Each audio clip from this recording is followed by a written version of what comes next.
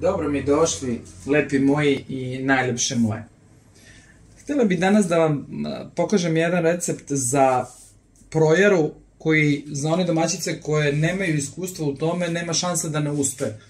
Ja u normalnim uslovima nikad ovo ne radim ovako, odnosno nikad ne merim do u gram, sve to radim odokativno i tu nemate promašaja. Zašto? Zato što u ovaj recept ide 3 podizača testa, prašak za pecivo, kisela voda i jaje.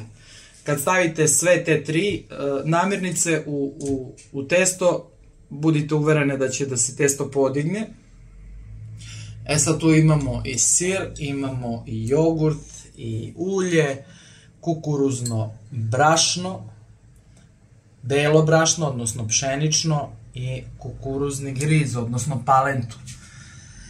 Razlika između projara i proje je u tome što u projara ima formu kolača, dakle, kako bih ja to zvala, našminkana je, a proja, klasična proja, u nju je bi išlo ono staro što su ljudi na vodenicama mleli u svoje vreme, ono grubo mleveno brašno i voda koja u to vreme imao prašak za pecivo i koješta, eventualno jaje i ti si u fulu. E sad, danas se naravno prave sve nekakve mekše forme, da, to se zvalo cigla proja, jer ona nikada nije imala nikakve podizače i uvek je bila visina od santimetar, santimetar i po i ona jako krta, lomi se, to ćemo jednom drugom prilikom da pravimo.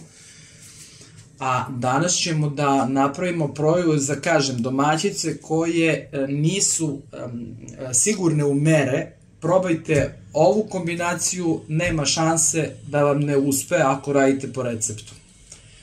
Šta ću prvo da radim? Prvo ću da, ajde da prvo pomešamo suve sastojke. Znači, uzmete bilo koju meru koju imate isto. Ja sad ovde potrošila 16 čaša da bi vam pokazala šta sve ide. Ali, znači, ako hoćete manju meru, uzmete manju šoljicu od kafe, nebitno. Belo brašno. Kukuruzno brašno. Kukuruzna palenta. Znamo razliku između palente i brašna, odnosno između griza i brašna. Znamo, dobro. Prašak za pecivo.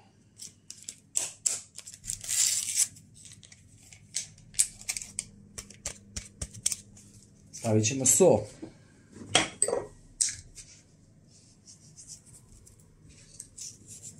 Ne preterujte sa solju, naročito ako vam je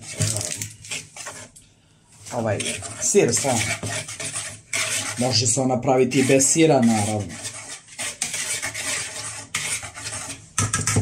Ovo bi bili suvi sastojci. Ovamo ćemo da stavimo jaja.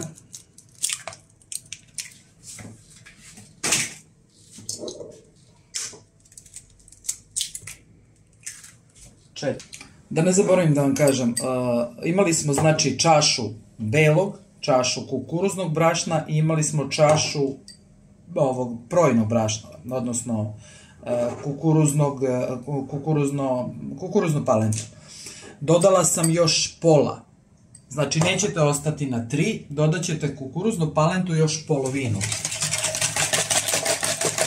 Sad sam umutila jaja, dodat ću jogurt,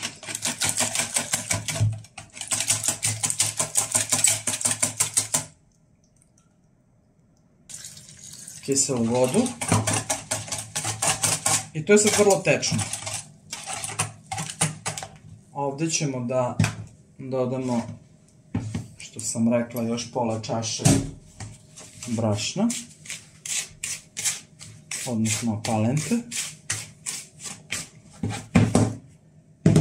I dodat ćemo ulja, pa recimo pola čaše. Da ne bude.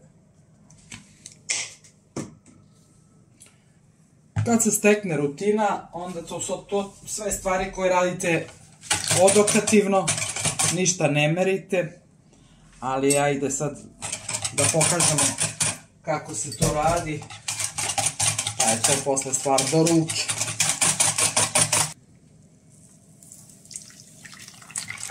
Pomešamo suve i mokre sastojke.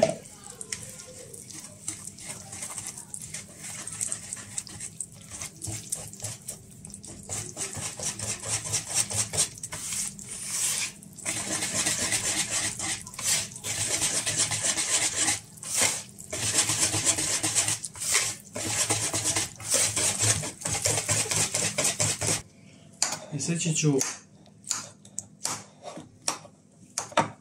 sir grubo, zato što želim da mi ostanu parčići sira u proji.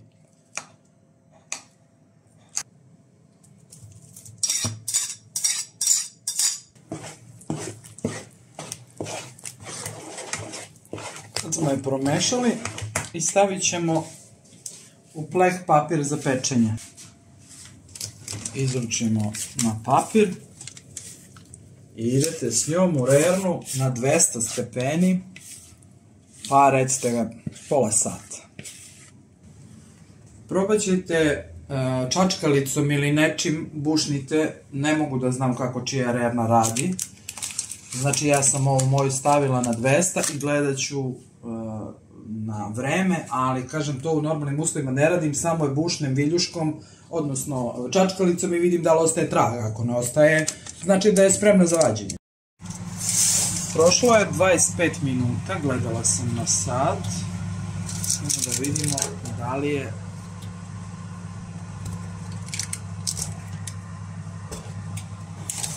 gotovo. Znači 25 minuta na 200.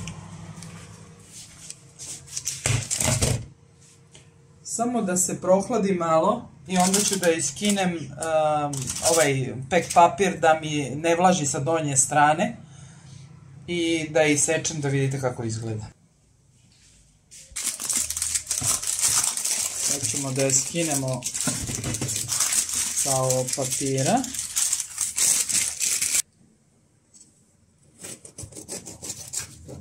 I da je secnemo.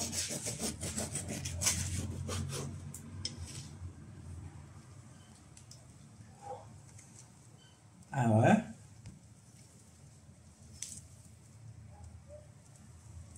To bi bila naša proja. Ljubi vas i voli vaša Zorka.